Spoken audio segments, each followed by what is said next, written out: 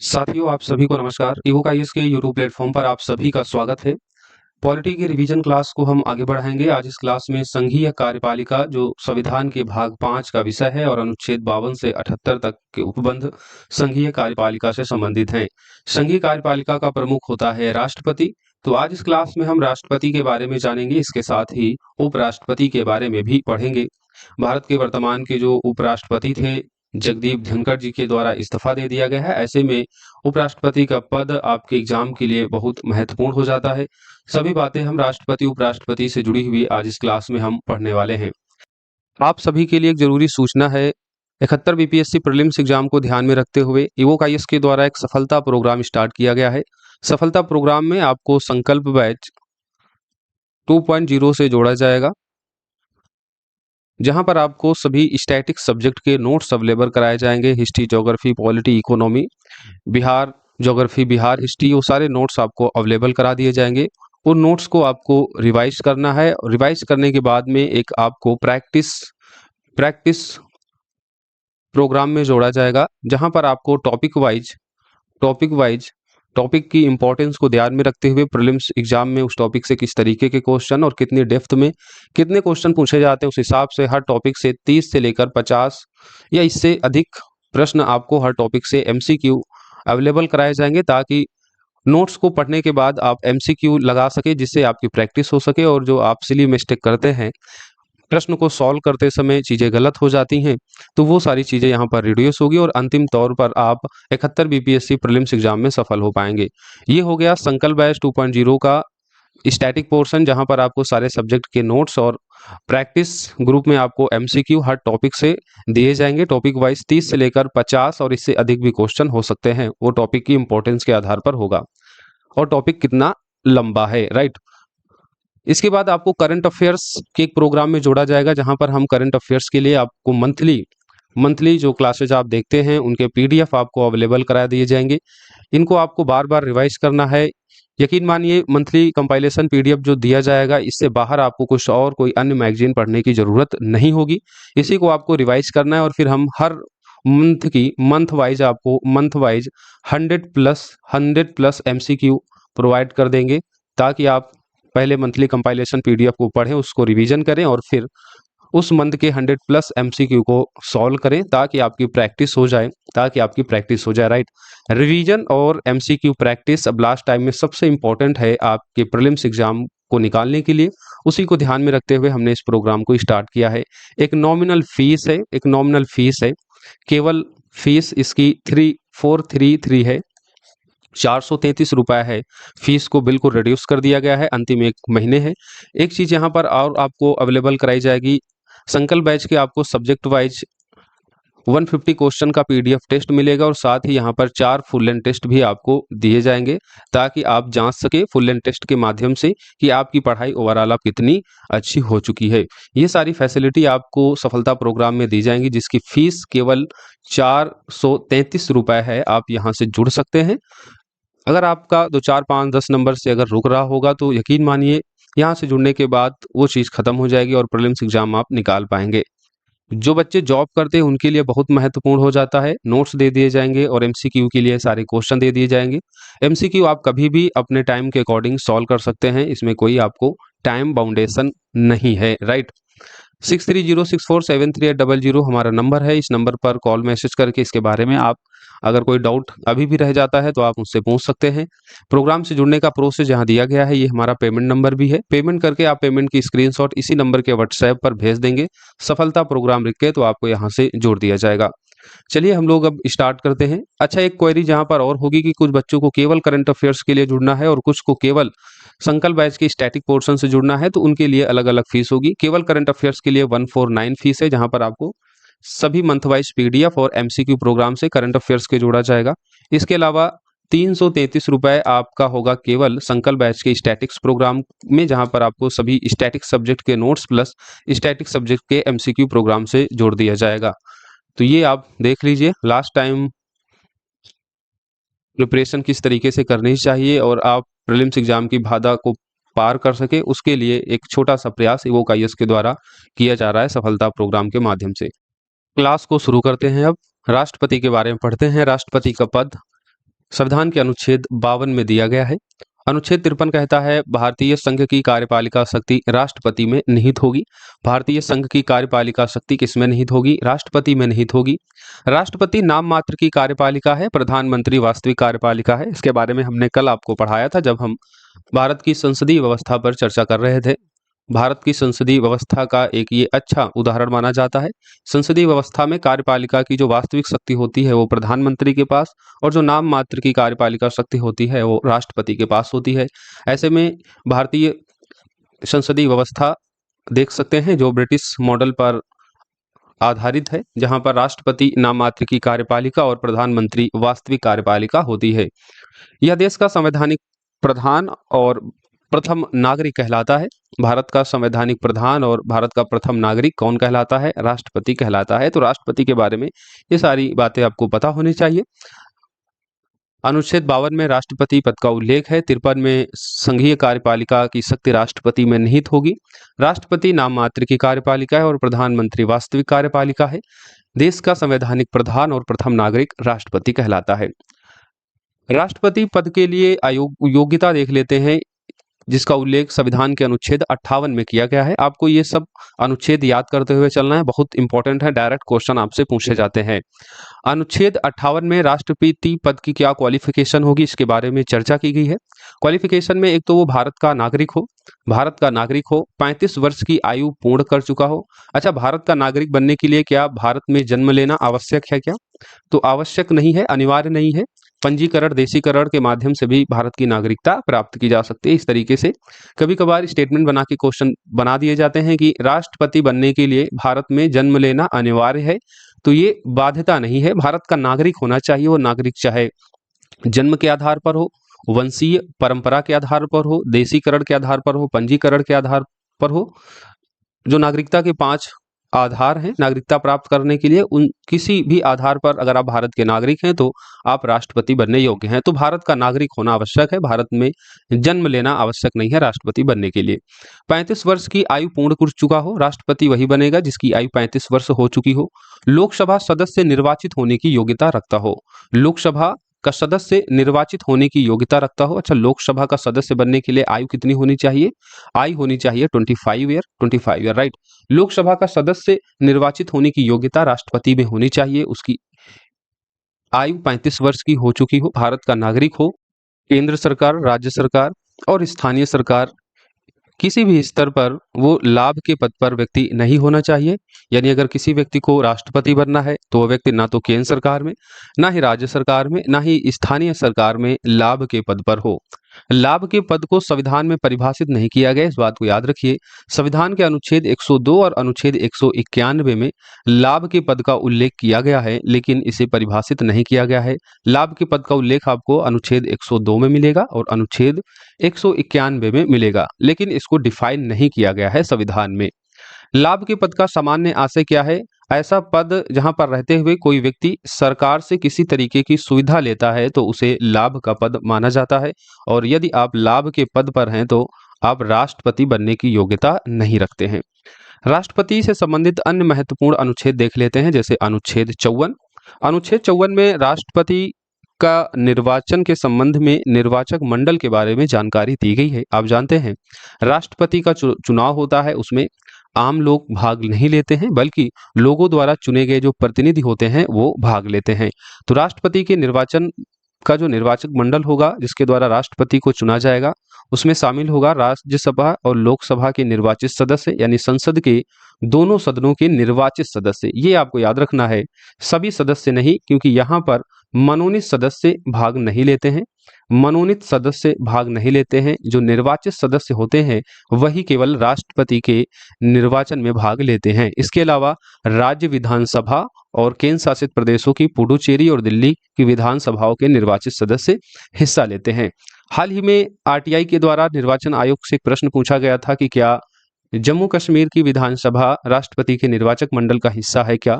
तो वहां से जवाब दिया गया था कि आप आर्टिकल 54 देखिए, और आर्टिकल 54 में अभी केवल दिल्ली और पुडुचेरी विधानसभाओं के निर्वाचित सदस्य राष्ट्रपति के निर्वाचक मंडल का हिस्सा होते हैं।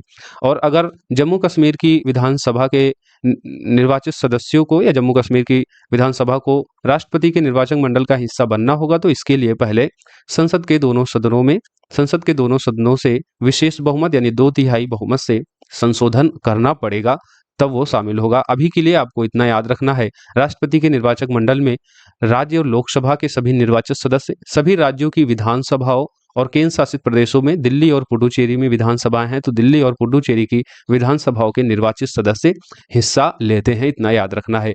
मनोनीत सदस्य भाग नहीं लेते हैं। अनुच्छेद 55 राष्ट्रपति के निर्वाचन की रीत यानी किस तरीके की पद्धति होगी राष्ट्रपति के निर्वाचन की, उसके बारे में हम यहाँ जानेंगे।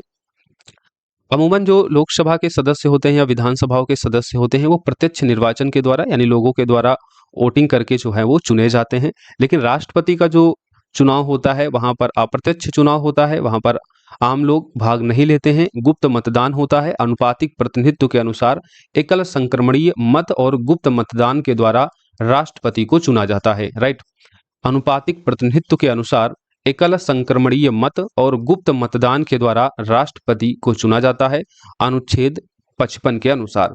अब इसको हम लोग समझ लेते हैं, अनुपातिक प्रतिनिधित्व का मतलब क्या होता है। अनुपातिक प्रतिनिधित्व के अनुसार जो एकल संक्रमणीय मत पद्धति है, इसका क्या मतलब होता है। किसी भी उम्मीदवार को अगर राष्ट्रपति पद के लिए चुना जाना है, तो उसके लिए क्या होता है, जो वैध मत होते हैं। राष्ट्रपति कौन बनेगा जिसे एक निश्चित भाग प्राप्त होगा, एक निश्चित भाग, जो भी निर्वाचित सदस्य इसमें भाग ले रहे हैं राष्ट्रपति के निर्वाचन में, जो निर्वाचक मंडल है उसका एक निश्चित भाग किसी राष्ट्रपति को प्राप्त होगा। कुल मिला के बहुमत जैसे प्राप्त होता है जब किसी दल को, तो दल के नेता को प्रधानमंत्री बनाया जाता है। वैसे राष्ट्रपति बनने के लिए निर्वाचक मंडल के जो कुल वैध मत हैं, वो वैध मत को जितने भी कैंडिडेट राष्ट्रपति पद के लिए खड़े हुए हैं, जितने भी उम्मीदवार हैं, उन उम्मीदवारों को जोड़ा जाएगा और उसमें एक ऐड करके वैध मतों को उससे भाग दिया जाएगा, और फिर उसमें एक आप जानते हैं एक बहुमत का सूचक होता है, तो एक उसमें जोड़ दिया जाएगा। ये होता है राष्ट्रपति को प्राप्त एक निश्चित भाग, जिसके आधार पर वो चुना जाना है। अब यहाँ पर जो वोटिंग होती है वो वरीयता के आधार पर होती है, यानी मान लीजिए 4 कैंडिडेट खड़े हुए हैं, तो चारों को सभी लोग वोट देंगे, जितने भी निर्वाचित सदस्य हैं निर्वाचक मंडल में शामिल हैं, चारों को वोट देंगे, लेकिन वरीयता क्रम में 1, 2, 3, 4 इस तरीके की प्रेफरेंस दी जाएगी। जब सभी कैंडिडेट वोटिंग कर देंगे वरीयता के आधार पर, फिर देखा जाएगा किस उम्मीदवार को ये निश्चित मतों का भाग प्राप्त हुआ है। अगर किसी उम्मीदवार को ये निश्चित मतों का भाग प्राप्त हो जाता है, कुल वैध मत जितने उम्मीदवार हैं उसमें +1 जोड़कर भाग दिया जाएगा, और फिर उसमें 1 जोड़ दिया जाएगा, जो टोटल होगा वो अगर किसी उम्मीदवार को प्राप्त हो गया तो उसे राष्ट्रपति चुन लिया जाता है। लेकिन अगर ये निश्चित भाग किसी उम्मीदवार को प्राप्त नहीं हुआ है, तो जो सबसे नीचे वाला होगा, जिसको सबसे निम्नतम वरीयता दी गई है, उसको हटा दिया जाएगा, और फिर से एक बार वोटिंग होगी, 1, 2, 3 इस तरीके से नंबरिंग होगी, और ये तब तक प्रक्रिया दोहराई जाती रहती है जब तक किसी उम्मीदवार को एक निश्चित भाग नहीं प्राप्त हो जाता है। इसे ही कहते हैं अनुपातिक प्रतिनिधित्व के अनुसार एकल संक्रमणीय मत पद्धति, और इसी रीति के आधार पर राष्ट्रपति का निर्वाचन होता है। आई होप ये बात आपको समझ में आ गई होगी। अनुच्छेद 56 क्या कहता है। अनुच्छेद 56 राष्ट्रपति की पदावधि के बारे में जिक्र करता है। पद ग्रहण करने की तारीख से 5 वर्ष तक का उसका कार्यकाल होता है। पदावधि कितनी होती है, तो पद ग्रहण करने की तारीख से 5 वर्ष तक का इसका कार्यकाल होता है। राइट, तो 5 वर्ष तक कार्यकाल होता है राष्ट्रपति का अनुच्छेद 56 के अनुसार। अनुच्छेद 57 राष्ट्रपति पद के लिए किसी व्यक्ति के पुनः निर्वाचन की पात्रता है। एक व्यक्ति कितनी भी बार निर्वाचित हो सकता है, तो भारत में ऐसा कोई बाउंडेशन नहीं है कि कोई व्यक्ति 2 बार, 3 बार, 4 बार राष्ट्रपति बन सकता है। कितनी भी बार वो राष्ट्रपति बन सकता है, निर्वाचन की पात्रता वो रखता है। जैसे अमेरिका में देखेंगे तो कोई व्यक्ति अधिकतम 2 बार ही राष्ट्रपति बन सकता है, और अमेरिका में राष्ट्रपति का कार्यकाल होता है 4 वर्ष का। भारत में राष्ट्रपति का कार्यकाल 5 वर्ष होता है, और भारत में भारत में कोई बाउंडेशन नहीं है। राष्ट्रपति पद के लिए किसी व्यक्ति के पुनः निर्वाचन की पात्रता है। एक व्यक्ति कितनी भी बार निर्वाचित हो सकता है राष्ट्रपति पद के लिए, अनुच्छेद 57 में इसका उपबंध किया गया है। अनुच्छेद 58 को हमने ऊपर ही देख लिया। राष्ट्रपति पद के लिए अर्हता है, क्वालिफिकेशन है, जिसमें भारत का नागरिक हो, 35 वर्ष की आयु पूरा कर चुका हो, लोकसभा का सदस्य निर्वाचित होने की योग्यता रखता हो, राज्य, केंद्र या स्थानीय सरकार में वो किसी भी लाभ के पद पर ना हो। राइट। अनुच्छेद 59 क्या कहता है? अनुच्छेद 59 राष्ट्रपति के पद के लिए शर्तों को उल्लेखित करता है। संसद के किसी भी सदन अथवा राज्य विधायिका का सदस्य नहीं होना चाहिए। तो एक शर्त और है राष्ट्रपति पद के लिए कि वो संसद के किसी भी सदन अथवा राज्य विधायिका यानी राज्य विधायिका या फिर संसद के किसी भी सदन का सदस्य नहीं होना चाहिए। यदि कोई ऐसा व्यक्ति राष्ट्रपति निर्वाचित होता है तो उसे पद ग्रहण करने से पहले सदन से त्याग पत्र देना पड़ता है। तो सदन के किसी भी भाग का वो सदस्य नहीं होता है, ना तो राज्यसभा का सदस्य होगा, ना ही लोकसभा का सदस्य होगा। राज्य विधायिका में ना तो विधानमंडल का, ना ही विधानसभा का सदस्य होगा। यदि कोई व्यक्ति चुन लिया जाता है जो राज्य विधायिका या संसद का सदस्य है, तो राष्ट्रपति का पद ग्रहण करने से पहले उसे सदन से त्याग पत्र देना पड़ता है। इस बात को आपको याद रखना है। अनुच्छेद 60 जिसमें राष्ट्रपति द्वारा शपथ प्रतिज्ञान का उपबंध है। राष्ट्रपति को शपथ उच्चतम न्यायालय के मुख्य न्यायाधीश। अब इन सभी बातों को आपको याद करते हुए चलना है। जो आपके पास नोट्स हैं वहां पर आपको ऐड ऑन करते हुए जाना है। जो यहाँ पर खाली स्पेस दिया गया है वहां पर आप स्टार बना के लिख लीजिए। राष्ट्रपति को जो शपथ दिलाता है वो उच्चतम न्यायालय का मुख्य न्यायाधीश। अगर उच्चतम न्यायालय का मुख्य न्यायाधीश अनुपस्थित है तो उसकी अनुपस्थित में वरिष्ठतम न्यायाधीश के द्वारा राष्ट्रपति को पद की शपथ दिलाई जाती है। राइट। राष्ट्रपति शपथ किस चीज की लेता है? तो श्रद्धापूर्वक राष्ट्रपति पद का कार्यपालन करूंगा, संविधान और विधि का परिरक्षण, ये बहुत महत्वपूर्ण है, संविधान और विधि का परिरक्षण, संरक्षण और प्रतिरक्षण करूंगा, संविधान का संरक्षण, परिरक्षण और प्रतिरक्षण करूंगा, ऐसी शपथ राष्ट्रपति लेता है।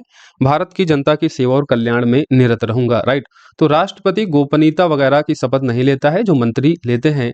राष्ट्रपति की जो शपथ होती है बेसिकली संविधान और विधि के रक्षण, परिरक्षण और संरक्षण की होती है। इसके अलावा अपने पद का श्रद्धापूर्वक निर्वहन करूंगा और जनता की सेवा कल्याण में निरत रहूंगा, ये शपथ उच्चतम न्यायालय के मुख्य न्यायाधीश और उच्चतम न्यायालय के मुख्य न्यायाधीश की अनुपस्थिति में वरिष्ठतम न्यायाधीश के समक्ष लेता है। शपथ का जो उपबंध है राष्ट्रपति के संबंध में अनुच्छेद 60 में है। अनुच्छेद 61 में राष्ट्रपति पर महाभियोग प्रक्रिया का उल्लेख किया गया है। संसद के किसी भी सदन द्वारा राष्ट्रपति को 14 दिन पहले लिखित सूचना देकर महाभियोग की प्रक्रिया लाई जाती है और ये एक अर्ध न्यायिक प्रक्रिया है। महाभियोग की प्रक्रिया एक अर्ध न्यायिक प्रक्रिया है।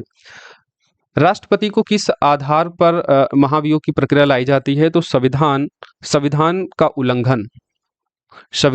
उल्लंघन करने पर, क्योंकि राष्ट्रपति संविधान के संरक्षण, परिरक्षण, प्रतिरक्षण की शपथ लेता है और यदि वह संविधान के उपबंधों का उल्लंघन करता है तो इस आधार पर सदन में महाभियोग की प्रक्रिया लाई जा सकती है। हालांकि संविधान के उल्लंघन वाक्य को संविधान में डिफाइन नहीं किया गया है। संविधान का उल्लंघन जो ये वाक्य है इसे परिभाषित नहीं किया गया है। महाभियोग के आरोप संसद के किसी भी सदन में प्रारंभ किए जा सकते हैं, यानी महाभियोग की जो प्रक्रिया है, जो आरोप है वो संसद के किसी भी सदन, राज्यसभा या लोकसभा, किसी भी सदन में प्रारंभ किया जा सकता है। इन आरोपों पर सदन के 1/4 सदस्यों, जिस पर सदन ने आरोप लगाए हैं, के हस्ताक्षर होने चाहिए। यानी आरोप के लिए जिस सदन में भी आरोप लगाया गया है उसके 1/4 सदस्यों द्वारा हस्ताक्षर होना चाहिए आरोप के संबंध में। हस्ताक्षर होने के बाद राष्ट्रपति को 14 दिन का नोटिस दिया जाता है। ये सब आपके एग्जाम के लिए महत्वपूर्ण है कि आरोप लगने के पश्चात जिस सदन में आरोप लगता है तो उस सदन के कितने सदस्यों का हस्ताक्षर होना चाहिए? तो 1/4 का। आरोप लगने के बाद में राष्ट्रपति को कितने दिनों का नोटिस दिया जाता है? तो 14 दिनों का नोटिस दिया जाता है। महाभियोग का प्रस्ताव 2/3 बहुमत से पारित होना चाहिए। तो नोटिस दिया जाता है। नोटिस देने के बाद राष्ट्रपति अपने बचाव के संबंध में अपनी बातें रखता है, वो स्वयं या अपने प्रतिनिधि को सदन में भेजता है और राष्ट्रपति के बचाव में बातें रखी जाती हैं। लेकिन फिर भी यदि दूसरे सदन में भी इन आरोपों की जांच सही पाई जाती है, तो फिर दोनों सदनों से 2/3 बहुमत के द्वारा यानी विशेष बहुमत के द्वारा महाभियोग का जो प्रस्ताव है वो पारित होना चाहिए। तब राष्ट्रपति को इस महाभियोग प्रक्रिया के आधार पर हटाया जा सकता है। राइट, महाभियोग का प्रस्ताव 2/3 बहुमत से पारित होने के बाद दूसरे सदन में भेजा जाता है, जिसे इन आरोपों की जांच करनी होती है। राष्ट्रपति को इसमें उपस्थित होने तथा अपना प्रतिनिधित्व करने का अधिकार होता है, या दूसरा सदन इन आरोपों को सही पाता है और महाभियोग प्रस्ताव को 2/3 बहुमत से पारित कर देता है, तो राष्ट्रपति को प्रस्ताव पारित होने की तिथि से उसके पद से हटना होगा। महाभियोग संसद की एक अर्ध न्यायिक प्रक्रिया है। अच्छा, यहाँ पर आपको याद रखना है कि महाभियोग प्रक्रिया में कौन भाग लेता है, तो इसमें संसद के दोनों सदनों के नामांकित सदस्य जिन्होंने राष्ट्रपति के चुनाव में भाग नहीं लिया था, महाभियोग में भाग ले सकते हैं। राइट, तो एक चीज यहाँ पर याद रखनी है, संसद के निर्वाचन मंडल में संसद के दोनों सदनों के केवल निर्वाचित सदस्य भाग लेते हैं, लेकिन जब महाभियोग की प्रक्रिया होती है तो इसमें संसद के दोनों सदनों के निर्वाचित सदस्य के साथ साथ मनोनीत सदस्य भी भाग लेते हैं। संसद के निर्वाचन में निर्वाचक मंडल में राज्य की विधानसभाओं, दिल्ली पांडुचेरी की विधानसभाओं के निर्वाचित सदस्य भाग लेते हैं, लेकिन महाभियोग में राज्य की विधानसभाओं और दिल्ली पांडुचेरी की विधानसभाओं के निर्वाचित सदस्य भाग नहीं लेते हैं। केवल लोकसभा और राज्यसभा के सभी सदस्य, क्योंकि इसमें निर्वाचित और मनोनीत दोनों सदस्य भाग ले सकते हैं। राइट, ये आपके एग्जाम पॉइंट ऑफ व्यू से बहुत महत्वपूर्ण है। इस तरीके से स्टेटमेंट बना के क्वेश्चन यहाँ से पूछे जाते हैं कि महाभियोग प्रक्रिया में कौन भाग नहीं लेता है, तो इसमें राज्य की विधानसभाओं, दिल्ली पुडुचेरी की विधानसभाओं के निर्वाचित सदस्य भाग नहीं लेते हैं, जिन्होंने राष्ट्रपति के निर्वाचन में भाग लिया था। संसद के दोनों सदनों के निर्वाचित सदस्यों के साथ साथ मनोनीत सदस्य भी महाभियोग की प्रक्रिया में भाग लेते हैं। राइट, ये एक अर्ध न्यायिक प्रक्रिया है। संसद के दोनों सदनों के विशेष बहुमत से ये पारित होना चाहिए। बाकी पूरी प्रक्रिया को हमने समझा दिया है। राष्ट्रपति चुनाव में नामांकन देख लेते हैं, यानी हर कोई तो राष्ट्रपति का चुनाव नहीं लड़ सकता है। राष्ट्रपति चुनाव के लिए नामांकित होने के लिए कम से कम उस व्यक्ति के पास 50 निर्वाचक सांसदों के प्रस्तावक और कम से कम 50 निर्वाचक सांसदों के अनुमोदक होने चाहिए। मान लीजिए एक व्यक्ति है जो राष्ट्रपति पद की सभी क्वालिफिकेशन रखता है। पहले तो हमने क्वालिफिकेशन जान ही ली है, ये सारी क्वालिफिकेशन रखता है। उसके बाद उस व्यक्ति को राष्ट्रपति पद के लिए कम से कम 50 निर्वाचक सांसदों ने रिकमेंड किया हो, प्रस्ताव रखा हो, उसे नामांकित किया हो, और फिर उसके बाद कम से कम 50 निर्वाचक सांसद उसका अनुसमर्थन किए हों, यानी पहले कम से कम 50 निर्वाचक सांसद उस व्यक्ति के नाम को रिकमेंड किए हों कि इसे राष्ट्रपति का चुनाव लड़ना चाहिए, और फिर कम से कम उस व्यक्ति के लिए 50 निर्वाचक सांसद अनुमोदक यानी उसका समर्थन किए हों कि हाँ, इस व्यक्ति को राष्ट्रपति का चुनाव लड़ना चाहिए, तभी वो व्यक्ति राष्ट्रपति चुनाव हेतु नामांकित होता है। नामांकन होने के बाद में 15,000 रुपए की जमानत राशि उसे रखनी पड़ती है, और यदि वह व्यक्ति कम से कम कुल डाले गए मतों का 1/6 भाग प्राप्त नहीं कर पाता है, तो उसकी जो जमानत राशि है 15,000 रुपए, ये जब्त हो जाती है। तो जमानत राशि कब जब्त होगी? जब डाले गए मतों का 1/6 भाग वो प्राप्त नहीं कर पाएगा। राष्ट्रपति चुनाव के लिए नामांकित होने के लिए अनुमोदक और प्रस्तावकों की संख्या कितनी होनी चाहिए? तो कम से कम 50 अनुमोदक और 50 प्रस्तावक होने चाहिए। वहीं जब आगे हम उपराष्ट्रपति के बारे में देखेंगे तो वहां पर 20 प्रस्तावक और 20 अनुमोदक होने चाहिए। राष्ट्रपति के वेतन भत्ते देख लेते हैं। मासिक वेतन 5 लाख रुपए, आयकर से ये मुक्त होती है, यानी इस पर कोई इसी प्रकार का टैक्स नहीं लगता है। निःशुल्क निवास स्थान यानी राष्ट्रपति भवन दिया जाता है। संसद द्वारा स्वीकृत अन्य भत्ते होते हैं। कार्यकाल के दौरान वेतन एवं भत्तों में कटौती नहीं की जा सकती है। कार्यकाल के दौरान राष्ट्रपति के वेतन भत्तों में कटौती नहीं की जा सकती है, क्योंकि ये भारत की संचित निधि पर भारित होती है। 1.5 लाख रुपए प्रतिमाह इनको पेंशन भी दिया जाता है। राइट, अब राष्ट्रपति के पद की रिक्तियां देख लेते हैं कि किस कंडीशन में राष्ट्रपति का जो पद है वो रिक्त हो सकता है। तो पहली कंडीशन तो यही होगी कि राष्ट्रपति त्यागपत्र दे दे। राष्ट्रपति त्यागपत्र उपराष्ट्रपति को देता है। उपराष्ट्रपति इसकी सूचना लोकसभा अध्यक्ष को देते हैं। राइट, राष्ट्रपति अपना त्यागपत्र किसे देता है? उपराष्ट्रपति को, और उपराष्ट्रपति अपना त्यागपत्र राष्ट्रपति को देते हैं। राष्ट्रपति को शपथ कौन दिलाता है? तो उच्चतम न्यायालय का मुख्य न्यायाधीश, और अगर उच्चतम न्यायालय का मुख्य न्यायाधीश अनुपस्थित है तो उच्चतम न्यायालय का कोई वरिष्ठतम न्यायाधीश राष्ट्रपति को शपथ दिलाता है। लेकिन त्यागपत्र राष्ट्रपति उपराष्ट्रपति को देते हैं। उच्चतम न्यायालय द्वारा निर्वाचन अवैध घोषित होने पर, यानी जो हमने महाभियोग की पूरी प्रक्रिया देखी, उस आधार पर भी हटाया जा सकता है। इसके अलावा उच्चतम न्यायालय द्वारा निर्वाचन अवैध अगर घोषित हो जाता है तब भी राष्ट्रपति का जो पद है वो रिक्त हो जाता है। राष्ट्रपति चुनाव से संबंधित सभी विवादों की जांच सुप्रीम कोर्ट में होता है और इसका फैसला अंतिम होता है।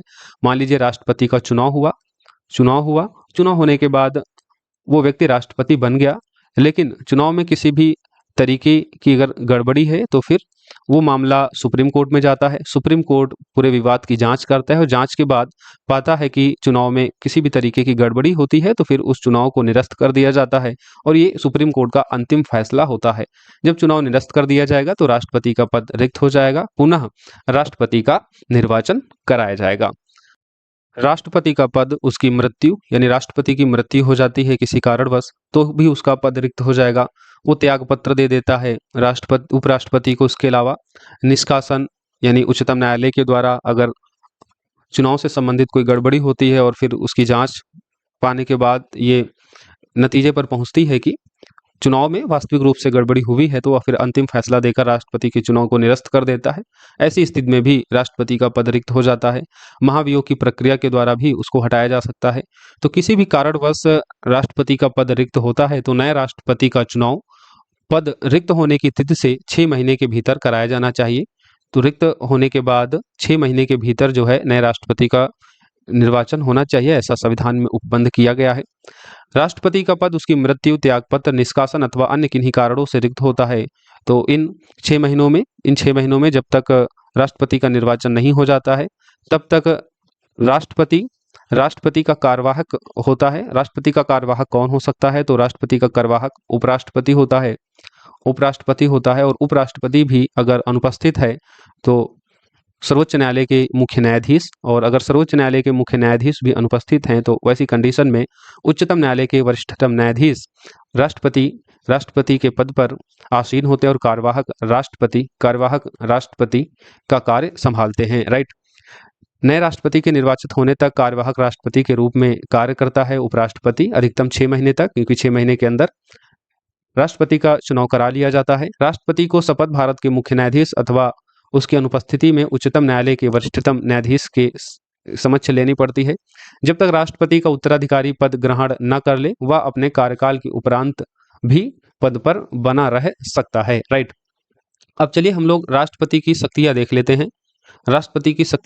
हैं, जिसमें हम लोग कार्यकारी शक्तियां, विधायी शक्तियां, उसकी न्यायिक शक्तियां, वित्तीय शक्तियां, आपातकालीन शक्ति और कुछ अन्य शक्ति हैं जैसे क्षमाधान शक्ति। ये सारी हम शक्तियां राष्ट्रपति की अब एक एक करके देखेंगे। जिन बच्चों ने इवोक IAS के मेंस प्रोग्राम में इन्वॉल्वमेंट लिया है, हमने वहां पर पॉलिटी खत्म कर दिया है, तो वहां पर हमने डिटेल में राष्ट्रपति की शक्तियों के बारे में पढ़ाया होगा, तो आपको सारी बातें मालूम होगी। यहाँ पर कुछ फैक्चुअल इन्फॉर्मेशन देखेंगे कि किस अनुच्छेद में क्या क्या बातें यहाँ शामिल हैं। कार्यकारी शक्ति देखते हैं राष्ट्रपति की, तो संघ की कार्यपालिका शक्ति राष्ट्रपति में निहित होती है, जैसा कि हमने ऊपर बताया। अनुच्छेद कौन सा अनुच्छेद था जिसके तहत कार्यपालिका की शक्ति राष्ट्रपति में निहित होंगी? अनुच्छेद 53। राइट, अनुच्छेद 53 के तहत। अनुच्छेद 77 भारत सरकार के समस्त कार्यपालिका कृत्य राष्ट्रपति के नाम से होंगे, यानी जितने भी कार्यपालिका के कृत्य होंगे वो किसके नाम पर होते हैं? राष्ट्रपति के नाम पर होते हैं। राष्ट्रपति द्वारा की गई समस्त नियुक्तियां जैसे प्रधानमंत्री, मंत्रिपरिषद के सदस्य, कैग, राज्यपाल, मुख्य चुनाव आयुक्त व अन्य चुनाव आयुक्त, महान्यायवादी, UPSC और वित्त आयोग के अध्यक्ष एवं सदस्य, SC ST एवं पिछड़ा वर्ग आयोग के अध्यक्षों की नियुक्ति, सदस्यों की नियुक्ति राष्ट्रपति के द्वारा ही की जाती है।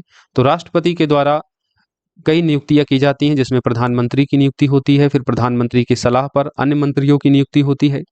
कैग, राज्यपाल, मुख्य चुनाव आयुक्त, अन्य चुनाव आयुक्त, महान्यायवादी, UPSC, वित्त आयोग के अध्यक्ष एवं सदस्य, SC ST पिछड़ा वर्ग आयोग की नियुक्ति राष्ट्रपति के द्वारा ही की जाती है। अनुसूचित क्षेत्र घोषित करना एवं उनका प्रशासन करना भी राष्ट्रपति की कार्यकारी शक्ति के रूप में शामिल है।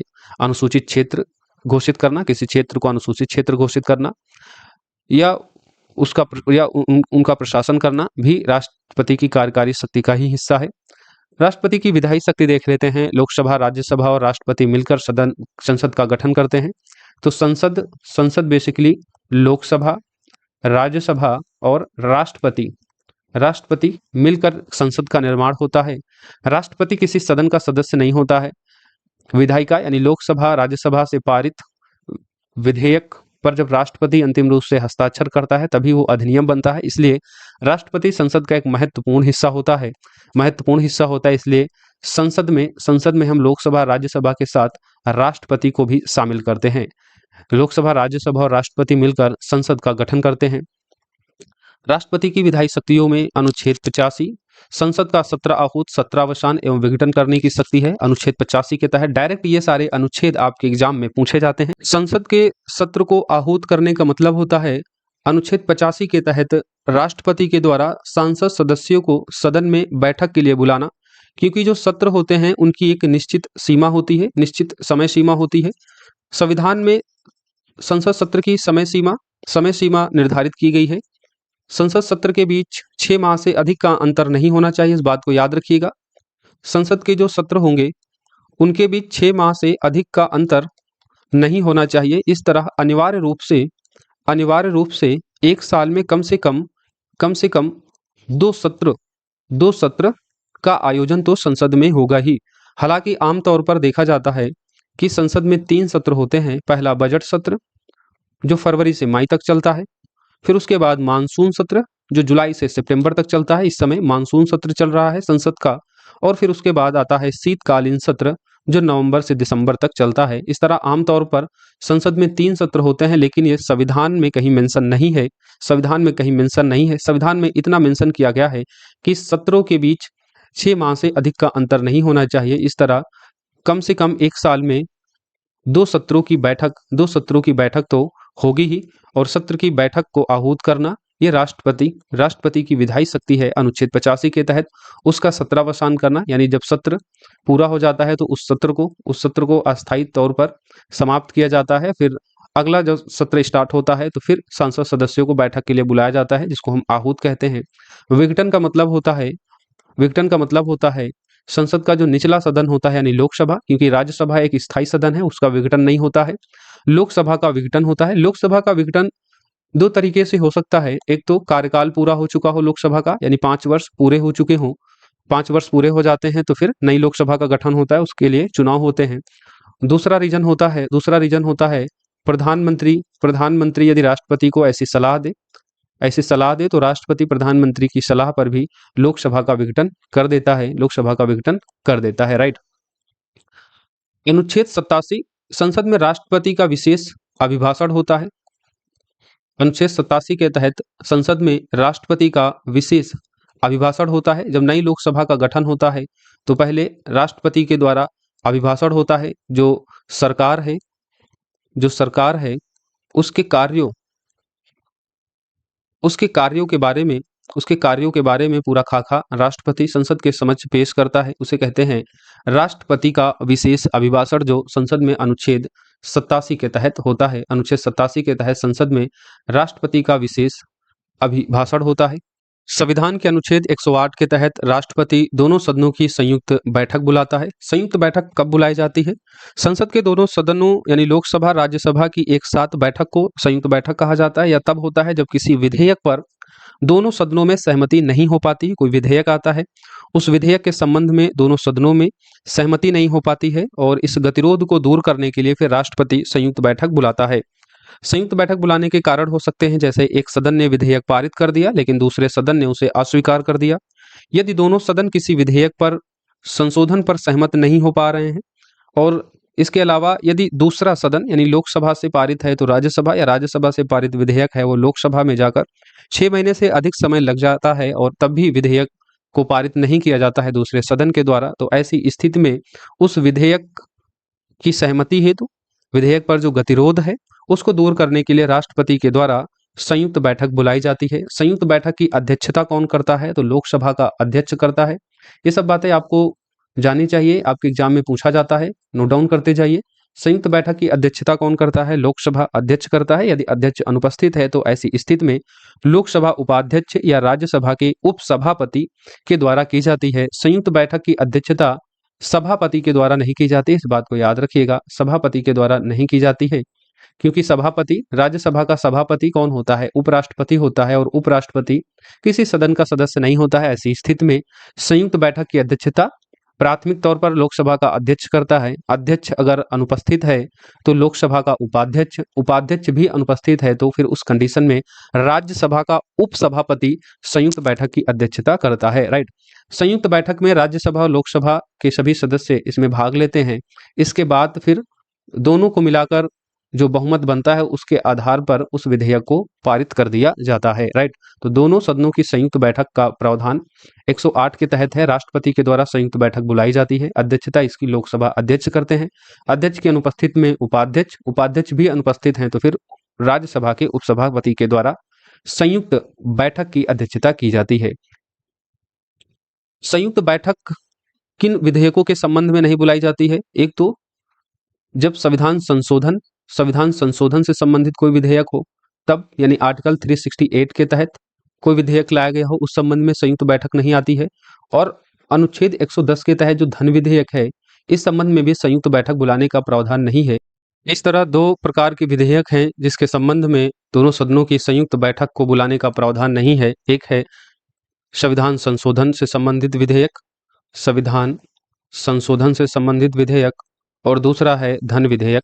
धन विधेयक और संविधान संशोधन से संबंधित विधेयक पर संयुक्त बैठक बुलाने का प्रावधान नहीं है। अनुच्छेद 110 जिसमें धन विधेयक को परिभाषित किया गया है, धन विधेयक को लोकसभा में सर्वप्रथम प्रस्तुत किया जाता है अनुच्छेद 109 के तहत। धन विधेयक को सबसे पहले लोकसभा में लाया जाता है। कोई विधेयक धन विधेयक है या नहीं, इस संबंध में जो अंतिम निर्णय है वो लोकसभा अध्यक्ष का होता है। धन विधेयक को सबसे पहले लोकसभा में लाया जाता है अनुच्छेद 109 के तहत। लोकसभा में लाने से पहले धन विधेयक को राष्ट्रपति के विचारार्थ लाया जाता है। राष्ट्रपति के विचारार्थ लाया जाता है धन विधेयक को। राष्ट्रपति के विचारार्थ के बाद उसे लोकसभा में लाया जाता है। लोकसभा में पारित होने के बाद ये राज्यसभा में जाता है। राज्यसभा धन विधेयक में किसी भी तरीके का संशोधन नहीं कर सकती है, सिफारिशें कर सकती है, लेकिन सिफारिशों को मानने न मानने की जो अंतिम शक्ति होती है वो लोकसभा के पास होती है। सिफारिशों को मान भी सकती है और नहीं मान सकती है। राज्यसभा धन विधेयक को 14 दिन से अधिक अपने पास नहीं रख सकती है। अगर 14 दिन से अधिक अपने पास रखती है तो धन विधेयक को स्वतः ही राज्यसभा के द्वारा पारित मान लिया जाता है। फिर ये राष्ट्रपति के पास जाता है। राष्ट्रपति धन विधेयक को पुनर्निर्वाचन के लिए सदन को वापस नहीं लौटा सकता है, क्योंकि राष्ट्रपति के विचारार्थ के बाद ही इसे लोकसभा में लाया जाता है। तो राष्ट्रपति के द्वारा उसे पुनः पारित करने के लिए नहीं भेजा जाता है। तो ये धन विधेयक के संबंध में कुछ एडिशनल इन्फॉर्मेशन है। धन विधेयक को लोकसभा में लाने से पहले उसे राष्ट्रपति के विचारार्थ लाया जाता है। धन विधेयक को 110 के तहत डिफाइन किया गया है। कोई विधेयक धन विधेयक होगा या नहीं होगा, इसका अंतिम निर्णय लोकसभा अध्यक्ष करता है। धन विधेयक के संबंध में राज्यसभा के पास लोकसभा की अपेक्षा कम शक्ति है। राज्यसभा धन विधेयक में किसी तरीके का संशोधन नहीं कर सकती है। सिफारिश कर सकती है कि ये चीजें और इसमें होनी चाहिए या नहीं होनी चाहिए, लेकिन इन सिफारिशों को मानने या न मानने की बाध्यता नहीं है लोकसभा के पास। राज्यसभा 14 दिन से अधिक धन विधेयक को अपने पास नहीं रख सकती है। 14 दिन से ज्यादा रखती है तो उसे स्वतः ही पारित मान लिया जाता है। 111 विधेयकों पर अनुमति से संबंधित है, यानी राष्ट्रपति की यहाँ वीटो शक्ति की चर्चा की गई है। राष्ट्रपति की वीटो शक्ति देखेंगे तो अत्यंतिक वीटो है, निलंबन वीटो है और पॉकेट वीटो है। अत्यंतिक वीटो विधेयक पर अपनी राय को सुरक्षित रखना अत्यंतिक वीटो का हिस्सा होता है। विधेयक को पुनर्विचार के लिए भेजना, संसद में इसे पुनर्विचार के लिए भेजना, ये निलंबन वीटो का हिस्सा है। मान लीजिए लोकसभा और राज्यसभा से पारित कोई विधेयक है, राष्ट्रपति के पास जाता है, तो राष्ट्रपति उस पर हस्ताक्षर करने से अगर असहमत होता है उस विधेयक को लेकर, तो पुनः एक बार सदन में वो पुनर्विचार के लिए आता है। और अगर फिर से संसद के सदनों के द्वारा उसे फिर से पारित करके राष्ट्रपति के पास भेजा जाता है, तो फिर राष्ट्रपति उस विधेयक पर हस्ताक्षर करने के लिए बाध्य होता है। राइट। पुनः विचार किए गए विधेयक पर राष्ट्रपति के द्वारा हस्ताक्षर करना बाध्य होता है, इस बात को आप याद रखिएगा। पॉकेट वीटो जिसे जेबी निषेधाधिकार कहते हैं, विधेयक पर कोई निर्णय नहीं करना, क्योंकि राष्ट्रपति के पास जो विधेयक आता है उस पर कोई टाइम बाउंडेशन नहीं है कि राष्ट्रपति इतनी समय सीमा के अंदर उस विधेयक पर हस्ताक्षर कर दे। तो ऐसे में राष्ट्रपति पॉकेट वीटो का कभी कभार इस्तेमाल कर सकता है और विधेयक पर बिना कोई निर्णय लिए उसे अपने पास रख सकता है। जैसे 1986 में राष्ट्रपति ज्ञानी जैल सिंह के द्वारा भारतीय डाक संशोधन अधिनियम पर पॉकेट वीटो का प्रयोग किया गया था, राइट। तो पॉकेट वीटो का इस्तेमाल एक बार ज्ञानी जैल सिंह के द्वारा किया गया था भारतीय डाक संशोधन अधिनियम को लेकर, राइट, 1986 में। ये आपके एग्जाम में पूछा जाता है। ये हो गया अनुच्छेद 111 विधेयकों पर अनुमत से संबंधित, यानी वीटो पावर हो गई राष्ट्रपति की। अनुच्छेद 117 का क्लॉज 3 जिसमें संचित निधि में व्यय करने वाले विधेयक से संबंधित है, यानी संचित निधि में व्यय करने वाले विधेयक को राष्ट्रपति के द्वारा ही अनुमोदित किया जाता है सर्वप्रथम अनुच्छेद 117 के तहत। 123 अध्यादेश जारी करने की शक्ति है राष्ट्रपति के पास जब संसद के दोनों सत्र नहीं चल रहे होते हैं। जब संसद के दोनों सत्र नहीं चल रहे होते हैं, यानी मान लीजिए लोकसभा का सत्र चल रहा है, राज्यसभा का नहीं, राज्यसभा का चल रहा है, लोकसभा का नहीं, यानी संसद के दोनों सत्रों में से कोई एक सत्र या दोनों सत्र जब नहीं चल रहे हैं, ऐसी स्थिति में राष्ट्रपति के द्वारा अध्यादेश जारी किया जाता है। राष्ट्रपति द्वारा जारी अध्यादेश को वही शक्तियां प्राप्त होती हैं जो संसद के द्वारा पारित एक कानून को शक्ति प्राप्त होती है। संसद सत्रावसान की अवधि में ये अध्यादेश जारी किए जाते हैं, यानी जब संसद का सत्र नहीं चल रहा होता है। अब तो हमने पीछे बताया कि संसद के सत्रों के बीच का जो गैप है वो 6 माह से अधिक नहीं होना चाहिए, 6 माह से अधिक नहीं होना चाहिए।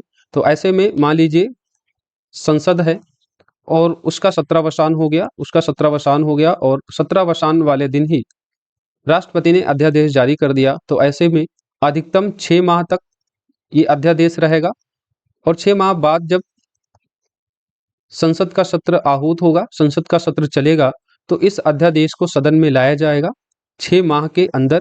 6 माह के अंदर अगर सदन के द्वारा अध्यादेश को अनुमोदित कर दिया जाता है, इसको पारित कर दिया जाता है, तो ये अधिनियम बन जाता है, कानून बन जाता है। लेकिन यदि 6 माह तक इस अध्यादेश पर सदन के द्वारा कोई कार्रवाई नहीं होती है, तो ये अध्यादेश अपने आप समाप्त हो जाता है। तो एक तरीके से राष्ट्रपति द्वारा जारी अध्यादेश की अधिकतम अवधि कितनी हो सकती है? अधिकतम अवधि हो सकती है 6 माह प्लस 6 सप्ताह, राइट, 6 सप्ताह। 6 माह वो है जो संसद के सत्र का अंतराल है और 6 सप्ताह वो है जिस पर संसद के द्वारा इस अध्यादेश को कानूनी रूप देने या न देने का निर्णय लिया जाता है। अगर सदन में इस पर चर्चा होती है और इसको पारित कर दिया जाता है तो ये अधिनियम बन जाता है। और यदि सदन में 6 सप्ताह तक कोई इस पर चर्चा नहीं होती है, इस पर कोई कार्रवाई नहीं होती है, तो अध्यादेश ये स्वतः ही समाप्त हो जाता है, राइट। तो अध्यादेश या तो कानून बनेगा या फिर इसकी अधिकतम अवधि कितनी होगी? 6 माह प्लस 6 सप्ताह। ये आपको याद रखना चाहिए, राइट।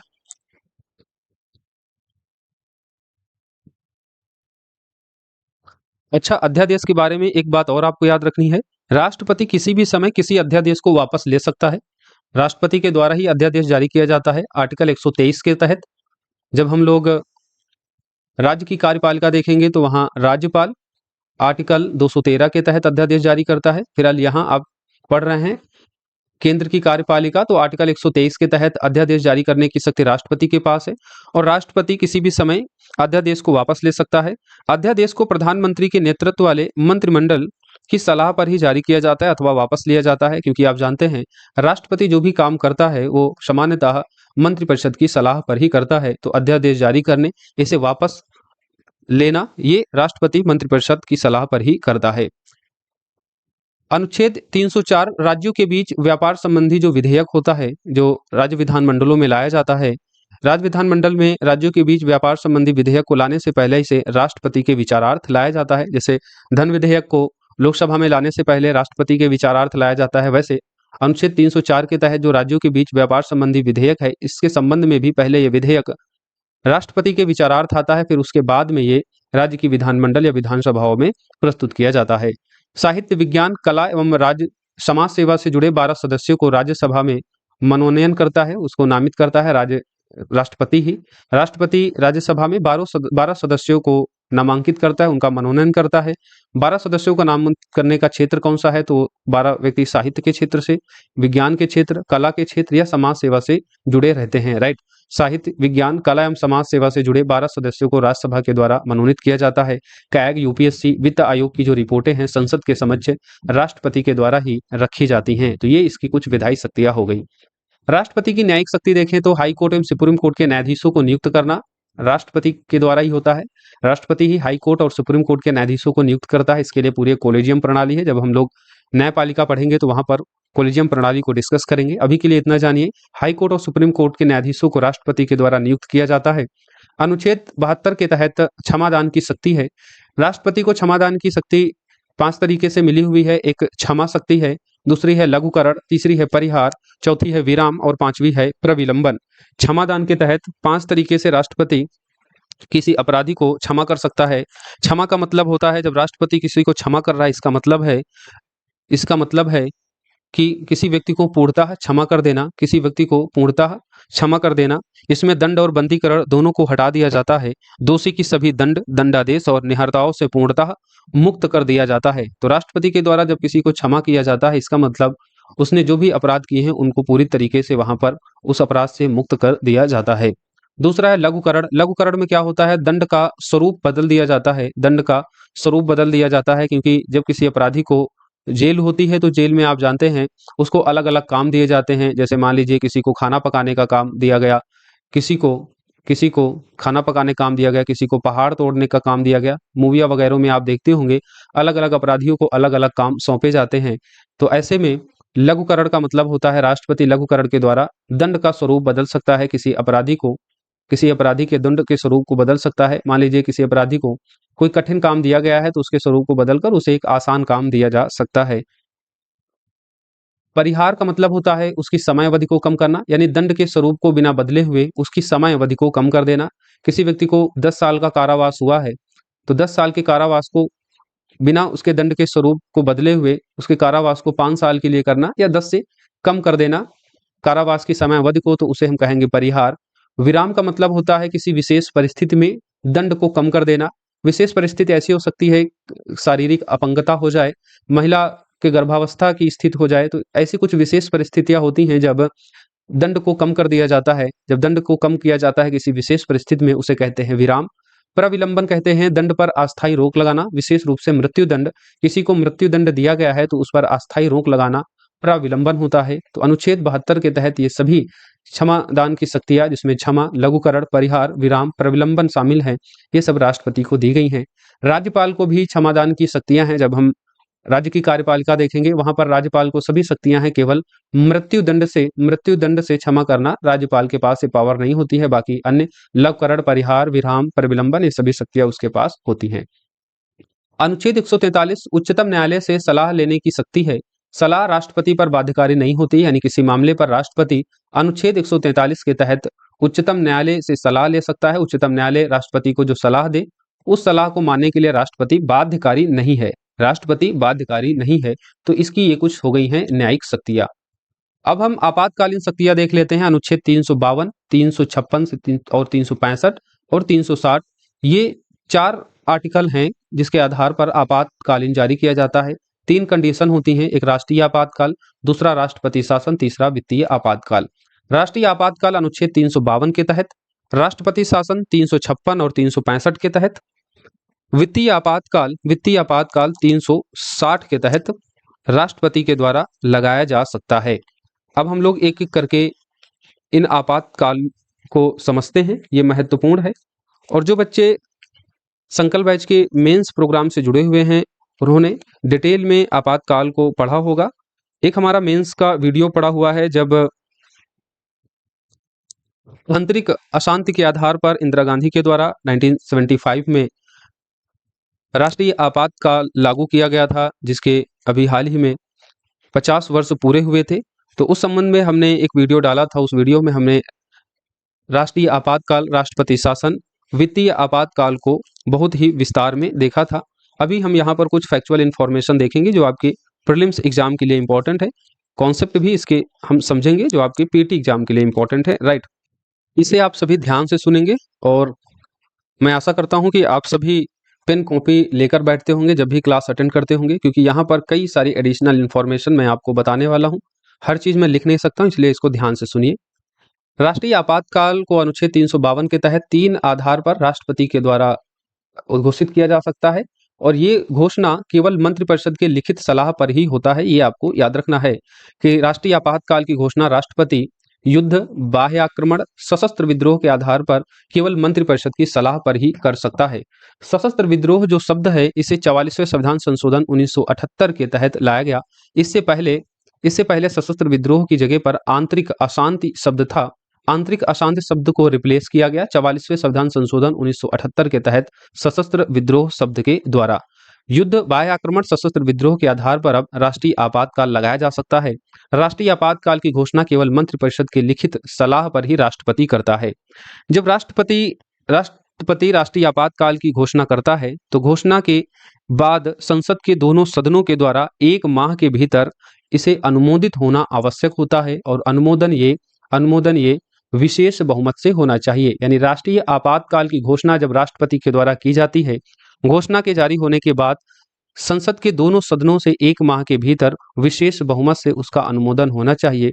राष्ट्रीय आपातकाल की जो समय अवधि होती है, वो वन टाइम में 6 माह होती है, और संसद के द्वारा इसे 6 माह के बाद विशेष बहुमत से अनुमोदित करके फिर से 6 माह के लिए बढ़ाया जा सकता है। इस तरह 6-6 माह करके राष्ट्रीय आपातकाल को कितनी भी समय अवधि तक बढ़ाया जा सकता है। इस बारे में आपको जानकारी होनी चाहिए कि प्रत्येक 6 माह में संसद के अनुमोदन से इसे अनंत काल तक बढ़ाया जा सकता है, और ये अनुमोदन होना चाहिए विशेष बहुमत से, 2/3 बहुमत से। राइट, इतनी बातें यहाँ पर आप समझ गए होंगे।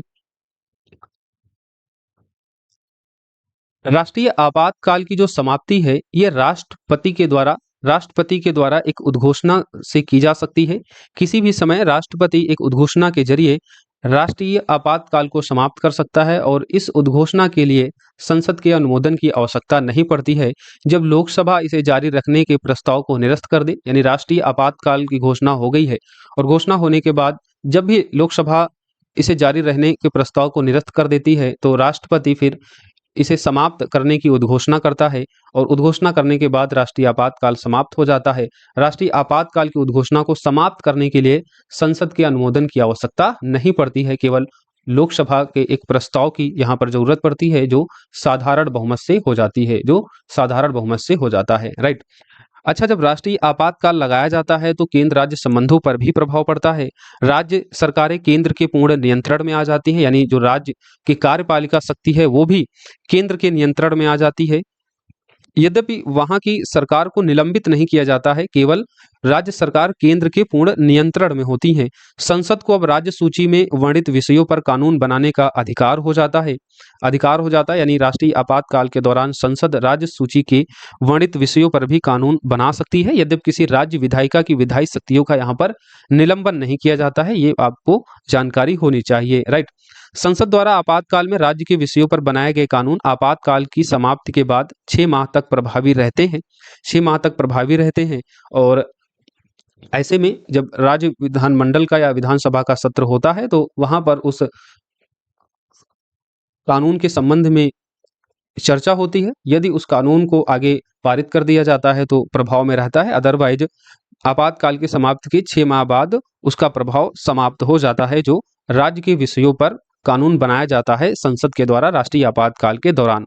जब राष्ट्रीय आपातकाल की उद्घोषणा लागू होती है, तब यदि संसद का सत्र नहीं चल रहा हो, तो राष्ट्रपति राज्य सूची के विषयों पर भी अध्यादेश जारी कर सकती है। यानी राष्ट्रीय आपातकाल लागू हुआ है, संसद के दोनों सत्र या दोनों में से कोई एक सत्र नहीं चल रहा है, ऐसी स्थिति में राज्य सूची के विषयों पर राष्ट्रपति के द्वारा अध्यादेश जारी की जा सकती है। जब राष्ट्रीय आपातकाल होता है, तब क्या वित्तीय प्रभाव होता है? तो राष्ट्रपति केंद्र तथा राज्यों के बीच करों के संवैधानिक वितरण को संशोधित कर सकता है। इसका मतलब क्या हुआ कि राष्ट्रपति केंद्र से राज्यों को दिए जाने वाला जो धन होता है, वित्त होता है, उसको कम अथवा समाप्त कर सकता है। यानी केंद्र के द्वारा जो राज्यों को वित्त दिया जाता है, राष्ट्रीय आपातकाल के दौरान उसको कम किया जा सकता है या उसको समाप्त कर दिया जा सकता है। ऐसे संशोधन उस वित्त वर्ष की समाप्ति तक जारी रहते हैं जिसमें आपातकाल समाप्त होता है। राष्ट्रपति के ऐसे प्रत्येक आदेश को संसद के दोनों सदनों के सभा पटल पर रखा जाना आवश्यक होता है। राइट, तो ये राष्ट्रपति की शक्तियां यहां पर हो जाती हैं कि केंद्र तथा राज्यों के मध्य करों के संवैधानिक वितरण को संशोधित कर सकती है। हालांकि ये जो संशोधन है ये सदन के प्रत्येक सभा पटल पर रखा जाना आवश्यक भी होता है। ये हो गए कुछ राष्ट्रीय आपातकाल के संबंध में कुछ एडिशनल इंफॉर्मेशन।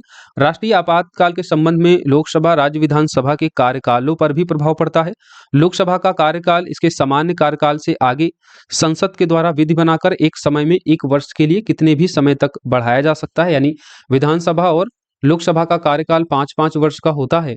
ऐसे में राष्ट्रीय आपातकाल के दौरान संसद के द्वारा लोकसभा के कार्यकाल को एक बार में 1 वर्ष के लिए और फिर आगे फिर से अगर उसको बढ़ाना है तो फिर से 1 वर्ष के लिए, इस तरह अनंत काल तक लोकसभा के कार्यकाल को संसद के द्वारा 1-1 वर्ष करके बढ़ाया जा सकता है। राइट, बढ़ाया जा सकता है। उदाहरण के तौर पर आप 1971 से 1977 के कार्यकाल को देख सकते हैं। 5वीं लोकसभा का कार्यकाल 1971 में शुरू होता है, 1975 में सामान्यतः समाप्त होना चाहिए, लेकिन आपातकाल, राष्ट्रीय आपातकाल जारी रहता है। तो इस तरह 2 वर्ष के लिए 1-1 वर्ष करके 1975 से 1976, फिर 1976 से 1977 का कार्यकाल 2 बार 1-1 समय में 1-1 वर्ष के लिए बढ़ाया जाता है। इस तरह 5वीं लोकसभा का कार्यकाल देखेंगे तो वो 1971 से लेकर 1977 तक था। राइट, 1971 से 1977 तक था।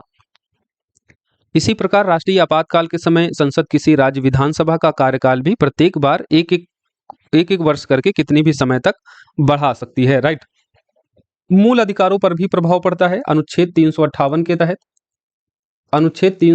के तहत जो आर्टिकल 19 है वो स्वतः निलंबित हो जाता है। आर्टिकल 19 निलंबित हो जाता है राष्ट्रीय आपातकाल के समय। और आर्टिकल 358 के तहत आर्टिकल 19 के जो मूल अधिकार हैं वो स्वतः निलंबित हो जाते हैं राष्ट्रीय आपातकाल के समय। और अनुच्छेद 359 के तहत अनुच्छेद 20 और 21 बहुत महत्वपूर्ण है। अनुच्छेद 20 और 21 द्वारा प्रदत्त अधिकारों को छोड़ दिया जाए तो अन्य मूल अधिकार निलंबित हो जाते हैं। आर्टिकल 359 के तहत अनुच्छेद 20 और 21 में प्रदत्त मूल अधिकारों को छोड़कर अन्य मूल अधिकार निलंबित हो जाते हैं। अनुच्छेद 358 के तहत आर्टिकल 19 में प्रदत्त मूल अधिकार स्वतः निलंबित हो जाते हैं। ये सारी बातें राष्ट्रीय आपातकाल के संबंध में हैं, राइट। अभी तक अगर आपसे पूछा जाए कितनी बार राष्ट्रीय आपातकाल लगाया जा चुका है, तो अभी तक 3 बार राष्ट्रीय आपातकाल लगाया जा चुका है। पहली बार 1962 में, दूसरी बार 1971 में और तीसरी बार 1975 में। 1962 में जब भारत चाइना युद्ध हुआ था तब बाह्य आक्रमण के आधार पर। 1971 में जब भारत पाकिस्तान का युद्ध हुआ था, जिस युद्ध में हमने देखा था बांग्लादेश का निर्माण हुआ था, उस टाइम में बाह्य आक्रमण के आधार पर राष्ट्रीय आपातकाल लगाया गया था। और फिर तीसरी बार 1975 में ये आंतरिक अशांति के आधार पर आपातकाल लगाया गया था। और सर्वाधिक विवादित आपातकाल यही है 1975 वाला आंतरिक अशांति के आधार पर इंदिरा गांधी जी के द्वारा, जो तत्कालीन प्रधानमंत्री थी, इन्होंने राष्ट्रीय आपातकाल की घोषणा की थी। और इसी को हम संविधान हत्या दिवस के रूप में अभी हाल ही में मनाए जाने की घोषणा भारत सरकार के द्वारा की गई है। ये 25 जून 1975 को आंतरिक अशांति के आधार पर राष्ट्रीय आपातकाल की घोषणा की जाती है। तो 25 जून को अब हर वर्ष संविधान हत्या दिवस के रूप में मनाए जाने के प्रस्ताव को सरकार के द्वारा मंजूरी दी गई है। तो ये आपको याद रखना है। राइट, 3 बार राष्ट्रीय आपातकाल लग चुका है। 2 बार बाह्य आक्रमण के आधार पर 1962 और 1971 में, और 1 बार आंतरिक अशांति के आधार पर राष्ट्रीय आपातकाल लगा था 1975 में। राइट, अब हम आगे बढ़ेंगे राष्ट्रपति शासन की तरफ। राष्ट्रपति शासन आर्टिकल 356 और 365 के तहत लगाया जा सकता है। आर्टिकल 356 के अंतर्गत 2 आधार हैं। पहला आधार क्या हो जाता है? आर्टिकल 356, जिसके तहत स्वयं राष्ट्रपति शासन लगाया जाता है। राष्ट्रपति को घोषणा जारी करने का अधिकार देता है यदि वह आश्वस्त है कि वह स्थिति आ गई है, राज्य सरकार संविधान के प्रावधानों के अनुरूप नहीं चल रही है। यानी राष्ट्रपति आर्टिकल 356 के तहत इस आधार पर राष्ट्रपति शासन राज्य में लगा सकता है जब उसे ये लगे कि राज्य की जो सरकार है वो संविधान के प्रावधानों के तहत काम नहीं कर रही है। राष्ट्रपति राज्य के राज्यपाल की जो रिपोर्ट होती है उसके आधार पर या किसी दूसरे ढंग से राज्यपाल के विवरण के बिना भी ये प्रतिक्रिया कर सकता है। दूसरा आधार होता है आर्टिकल 365। आर्टिकल 365 क्या है? यदि कोई राज्य केंद्र सरकार द्वारा दिए गए निर्देशों का पालन नहीं करती है या उसे प्रभावी करने में असफल होती है, तो ऐसी स्थिति में भी राष्ट्रपति के लिए विधिसंगत होगा कि यह उस स्थिति को संभाले, और यदि स्थिति नहीं संभल रही है तो राज्य में राष्ट्रपति शासन लागू करे। 356 के तहत जब राज्य संवैधानिक प्रावधानों के तहत नहीं चल रही है तब राष्ट्रपति शासन लगाया जा सकता है, और आर्टिकल 365 के तहत जब राज्य की सरकारें केंद्र के निर्देशों के तहत नहीं चल रही हैं, ऐसी स्थिति में भी राष्ट्रपति शासन लगाया जा सकता है। जैसे अभी हाल ही में मणिपुर में आप राष्ट्रपति शासन देख रहे हैं, मणिपुर में आप राष्ट्रपति शासन देख रहे हैं, राष्ट्रपति शासन आप देख रहे हैं। 11वीं बार मणिपुर में राष्ट्रपति शासन लगाया गया, और अब तक सबसे अधिक बार किसी राज्य में अगर राष्ट्रपति शासन लगाया गया है तो वो मणिपुर राज्य ही है, मणिपुर स्टेट ही है। राष्ट्रपति शासन के बारे में जान लीजिए। राष्ट्रपति शासन की उद्घोषणा जब राष्ट्रपति के द्वारा की जाती है तो उसे संसद के द्वारा 2 माह के भीतर उसका अनुमोदन करना आवश्यक होता है, और ये अनुमोदन सामान्य बहुमत के द्वारा ही हो जाता है। राष्ट्रीय आपातकाल में हमने देखा था संसद 1 माह के भीतर विशेष बहुमत से उसका अनुमोदन करे, लेकिन राष्ट्रपति शासन की स्थिति में संसद 2 माह के भीतर राष्ट्रपति शासन के अनुमोदन को स्वीकृति दे, राष्ट्रपति शासन को स्वीकृति दे, और ये स्वीकृति संसद के द्वारा विशेष बहुमत न होकर साधारण बहुमत के आधार पर ही होती है, राइट। राष्ट्रपति शासन की जो स्वीकृति होती है, जो अनुमोदन होता है संसद के द्वारा 2 माह के भीतर, वो साधारण बहुमत के आधार पर ही होता है, राइट। राष्ट्रपति शासन को सामान्यतः 6 माह तक किसी राज्य में लागू किया जाता है, लेकिन 6 माह को एक्सटेंड किया जा सकता है संसद के अनुमोदन के द्वारा साधारण बहुमत से, लेकिन ये अधिकतम 6 माह करके अधिकतम 3 वर्ष से अधिक नहीं होगा, अधिकतम ये 3 वर्ष से अधिक नहीं होगा। 44वें संविधान संशोधन अधिनियम 1978 में संसद द्वारा राष्ट्रपति शासन को 1 वर्ष के बाद भी जारी रखने की शक्ति पर प्रतिबंध लगाने के लिए एक प्रावधान जोड़ा था। अतः इसमें प्रावधान किया गया कि 1 वर्ष के बाद राष्ट्रपति शासन को 6 माह तक केवल तभी बढ़ाया जा सकता है यदि पूरे भारत में अथवा पूरे राज्य या उसके किसी भाग में राष्ट्रीय आपातकाल की घोषणा है, और दूसरा, चुनाव आयोग यह प्रमाणित करे कि संबंधित राज्य में विधानसभा के चुनाव के लिए कठिनाई उपस्थित हो गई है, राइट। तो संसद की प्रत्येक 6 माह की स्वीकृति से अधिकतम 3 वर्ष की अवधि तक किसी राज्य में राष्ट्रपति शासन को लगाया जा सकता है, ये चलता रह सकता है। लेकिन 44 कॉन्स्टिट्यूशन अमेंडमेंट के द्वारा एक और प्रावधान जोड़ा गया था कि राष्ट्रपति शासन 1 वर्ष से तभी होगा जब 2 कंडीशनें होंगी। पहला, पूरे भारत अथवा पूरे राज्य या उसके किसी भाग पर राष्ट्रीय आपातकाल की घोषणा है। दूसरी कंडीशन होगी कि चुनाव आयोग यह प्रमाणित कर दे कि संबंधित राज्य में विधानसभा के चुनाव के लिए कठिनाइयां उपस्थित है, यानी चुनाव कराना वहां पर अभी पॉसिबल नहीं है, ऐसा चुनाव आयोग प्रमाणित कर दे तो 1 वर्ष से ज्यादा वहां पर राष्ट्रपति शासन रहेगा, वो भी मैक्सिमम 3 साल तक। राष्ट्रपति शासन को 6 माह तक जो है 3 साल तक एक्सटेंड किया जा सकता है। जब राज्य में राष्ट्रपति शासन लागू होता है तो राष्ट्रपति मुख्यमंत्री के नेतृत्व वाली मंत्रिपरिषद को भंग कर देता है। अब केंद्र राज्य संबंधों पर क्या प्रभाव पड़ता है जब राष्ट्रपति शासन लागू होता है? तो राष्ट्रपति शासन जब लागू होगा तो राष्ट्रपति क्या करता है, मुख्यमंत्री के नेतृत्व वाली जो मंत्रिपरिषद होती है उसको भंग कर देता है। राज्य का राज्यपाल राष्ट्रपति के नाम पर राज्य सचिव की सहायता से अथवा राष्ट्रपति के द्वारा नियुक्त किसी सलाहकार की सहायता से राज्य का प्रशासन चलाता है। राष्ट्रपति शासन के दौरान राज्य की मंत्रिपरिषद को भंग कर दिया जाता है राष्ट्रपति के द्वारा। अब राज्य का प्रशासन राष्ट्रपति के नाम पर राज्यपाल वहां के मुख्य सचिव की सहायता से करते हैं, या फिर राष्ट्रपति के द्वारा किसी नामित प्रतिनिधि की सहायता से राज्यपाल राष्ट्रपति के नाम पर वहां के प्रशासन को संभालता है। राष्ट्रपति के द्वारा राज्य विधानसभा को विघटित अथवा निलंबित कर सकता है। राष्ट्रपति शासन के दौरान संसद राज्य के विधेयक और बजट प्रस्ताव को भी पारित कर सकती है जब राष्ट्रपति शासन लागू होता है। हालांकि राष्ट्रपति शासन की अवधि में उच्चतम न्यायालय की जो स्थिति है, उच्चतम न्यायालय की जो शक्ति है, जो उसके कार्य हैं, वो प्रभावी रहते हैं, उन पर किसी भी तरीके का प्रभाव नहीं पड़ता है। राष्ट्रपति शासन में केवल राज्य की जो प्रशासनिक शक्तियां हैं उन पर प्रभाव देखा जाता है। मंत्रिपरिषद को भंग कर दिया जाता है। राष्ट्रपति के नाम पर राज्यपाल, राज्य के मुख्य सचिव या राज्यपाल के द्वारा जो प्रतिनिधि नामित किया जाता है उसकी सहायता पर वो कार्य करता है। राष्ट्रपति इस दौरान राज्य विधानसभा को विघटित अथवा निलंबित भी कर सकता है। संसद इस दौरान राज्य के विधेयक और बजट प्रस्ताव को पारित कर सकता है, लेकिन उच्च न्यायालय की शक्तियों उसके कार्यों पर प्रभाव नहीं पड़ता है। राष्ट्रपति शासन के संबंध में डॉक्टर भीमराव अम्बेडकर का एक स्टेटमेंट भी है। उन्होंने कहा था कि अनुच्छेद 356 ये जो शक्ति है, ये संविधान में उल्लिखित है, ये एक मृत पत्र की भांति ही रहनी चाहिए और इसका प्रयोग अंतिम साधन के रूप में किया जाना चाहिए, क्योंकि राष्ट्रपति शासन को अक्सर देखा जाता है राजनीतिक लाभ के लिए इसको जारी किया जाता है। अब तक 100 से अधिक बार राष्ट्रपति शासन लगाया जा चुका है और उसमें कई बार ऐसा देखा गया है कि केंद्र सरकार के द्वारा राजनीतिक लाभों के लिए किसी राज्य में राष्ट्रपति शासन लगाया जाता है। राष्ट्रपति शासन लगाया जाता है तो राजनीतिक लाभ के लिए नहीं होना चाहिए।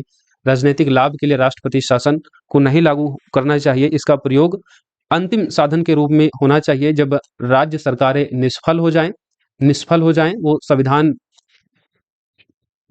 के अनुरूप कार्य ना करें या केंद्र के द्वारा जब निर्देशों का पालन ना करें, वहां की व्यवस्था अस्त व्यस्त हो जाए, वैसी स्थिति में राष्ट्रपति शासन लगाया जाना चाहिए, ना कि राजनीतिक लाभ के लिए। राइट। नेक्स्ट देखेंगे वित्तीय आपातकाल। वित्तीय आपातकाल की उद्घोषणा भी राष्ट्रपति के द्वारा की जाती है जब देश में कोई ऐसी वित्तीय स्थिति आ जाए। हालांकि अभी तक देश में वित्तीय आपातकाल की घोषणा नहीं की गई है। अभी तक वित्तीय आपातकाल देश में नहीं लागू किया गया कभी भी। हालांकि इसके संबंध में प्रावधान है, उनको जान लेते हैं। राष्ट्रपति वित्तीय आपातकाल की घोषणा कर सकता है यदि उसे लगे कि देश की वित्तीय स्थिति खराब है। राष्ट्रपति के द्वारा वित्तीय आपातकाल की घोषणा के बाद संसद के दोनों सदनों के द्वारा 2 माह के भीतर साधारण बहुमत से इसका अनुमोदन होना अनिवार्य होता है। उसके बाद इसकी कोई समय सीमा नहीं है। ये अनिश्चित समय तक वित्तीय आपातकाल देश में प्रभावी रह सकता है जब तक इसे किसी दूसरी उद्घोषणा के बाद राष्ट्रपति के द्वारा पुनः वापस नहीं लिया जाता है। इसलिए इसकी अधिकतम समय सीमा नहीं है। इसे जारी रखने के लिए संसद की पुनः मंजूरी की आवश्यकता नहीं पड़ती है। एक बार सामान्य बहुमत से ये पारित हो जाता है उद्घोषणा के पश्चात 2 माह के भीतर, तो ये फिर रहता है जब तक दूसरी उद्घोषणा के द्वारा इसको वापस नहीं ले लिया जाता है। राइट। वित्तीय आपातकाल के क्या प्रभाव हैं? तो राज्य की सेवा में किसी भी अथवा सभी वर्गों के सेवकों के वेतन भत्तों में कटौती की जा सकती है, क्योंकि लाया ही तभी जाएगा जब देश की वित्तीय स्थिति बहुत ज्यादा खराब हो जाएगी। अभी तक वित्तीय आपातकाल की घोषणा नहीं की गई है, लेकिन जब वित्तीय आपातकाल की घोषणा की जाएगी, ऐसी स्थिति में राज्य की सेवा में किसी भी अथवा सभी वर्गों के सेवकों की वेतन भत्तों में कटौती की जा सकेगी। राज्य विधायिका द्वारा पारित कर राष्ट्रपति के विचार हेतु लाए गए सभी धन विधेयकों अथवा अन्य वित्तीय विधेयकों को आरक्षित रखा जा सकेगा। राष्ट्रपति वेतन एवं भत्तों में कटौती हेतु निर्देश जारी कर सकता है। केंद्र की सेवा में लगे सभी या किसी भी श्रेणी के व्यक्तियों को और उच्चतम या उच्च न्यायालय के सभी न्यायाधीशों के वेतन में भी कमी की जा सकती है वित्तीय आपातकाल के दौरान। राइट। तो ये हो गया आपातकालीन शक्तियां। हमने बहुत डिटेल में इनको देखा है। अगर आप ध्यान से सुन रहे होंगे तो सारी बातें क्लियर हो गई होंगी। राष्ट्रपति की वित्तीय शक्ति में अनुच्छेद 110 धन विधेयक राष्ट्रपति की पूर्व अनुमति से ही संसद में, और संसद में भी कहां, लोकसभा में प्रस्तुत किया जाता है सर्वप्रथम। अनुच्छेद 112 वार्षिक वित्तीय विवरण यानी जो बजट पेश करना होता है वो राष्ट्रपति के द्वारा ही सर्वप्रथम उसको उसके विचारार्थ में लाने के बाद ही उसको फिर वित्त मंत्रालय के द्वारा बजट पेश किया जाता है। अनुच्छेद 267 राष्ट्रपति की पूर्व अनुमति से ही आकस्मिक निधि से व्यय किया जा सकता है। राष्ट्रपति की पूर्व अनुमति से ही आकस्मिक निधि से व्यय किया जा सकता है अनुच्छेद 267 के तहत। अनुच्छेद 280 के तहत वित्त आयोग का गठन राष्ट्रपति करता है। अनुदान की मांग है सिफारिशें भी राष्ट्रपति के विचारार्थ से ही की जा सकती हैं। तो ये वित्तीय शक्ति हैं। कुछ अन्य शक्तियां भी हैं, जैसे अंतर्राष्ट्रीय संधियां और समझौते राष्ट्रपति के नाम से ही संपन्न होते हैं। अंतर्राष्ट्रीय मंचों एवं मामलों में भारत का प्रतिनिधित्व करता है। राजदूतों व उच्च न्यायालय उच्चायुक्तों की विदेश में नियुक्ति, उनका स्वागत करना, ये सभी राष्ट्रपति की अन्य शक्तियां हैं। राइट। आगे हम लोग अब राष्ट्रपति देख लेते हैं भारत के जो अभी तक बने हुए हैं। भारत के पहले राष्ट्रपति राजेंद्र प्रसाद थे। राजेंद्र प्रसाद 2 बार भारत के राष्ट्रपति बने, 2 कार्यकाल के लिए। 1950 से 1962 तक राजेंद्र प्रसाद भारत के राष्ट्रपति रहे। उसके बाद फिर सर्वपल्ली राधाकृष्णन भारत के राष्ट्रपति बने। देन जाकिर हुसैन के बाद में वराहगिरी वेंकटगिरी वीवी गिरी कार्यवाहक राष्ट्रपति बने, और इसके बाद ही मोहम्मद हिदायतुल्लाह कार्यवाहक राष्ट्रपति बने थे। तो आपसे पूछा जाता है हिदायतुल्लाह ये चीफ जस्टिस ऑफ इंडिया यानी भारत के मुख्य न्यायाधीश थे जिन्होंने कार्यवाहक राष्ट्रपति का कार्यकाल संभाला था। तो आपसे पूछा जाता है भारत के वे कौन से मुख्य न्यायाधीश है जिन्होंने राष्ट्रपति के कार्यवाहक पद का कार्यभार संभाला था? तो मोहम्मद हिदायतुल्लाह। उसके बाद फिर वीवी गिरी राष्ट्रपति बने थे। हिदायतुल्लाह से पहले वीवी गिरी कार्यवाहक राष्ट्रपति थे। अब पूर्ण कार्यकाल के लिए वीवी गिरी राष्ट्रपति भारत के बनाए गए थे। देन फरुखुद्दीन अली अहमद, फरुखुद्दीन अली अहमद के बाद बीडी दत्ता कार्यवाहक राष्ट्रपति बने थे। फिर नीलम संजीव रेड्डी, नीलम संजीव रेड्डी एकमात्र ये राष्ट्रपति हैं जो निर्विरोध चुने गए थे। ये आपको याद रखना है नीलम संजीव रेड्डी के बारे में, एकमात्र राष्ट्रपति थे जो निर्विरोध चुने गए थे। ज्ञानी जैल सिंह, जिनके बारे में हमने बताया था 1986 में इन्होंने पॉकेट वीटो का इस्तेमाल किया था डॉक संशोधन विधेयक के संबंध में। देन नवे राष्ट्रपति आर वेंकट रमन बने।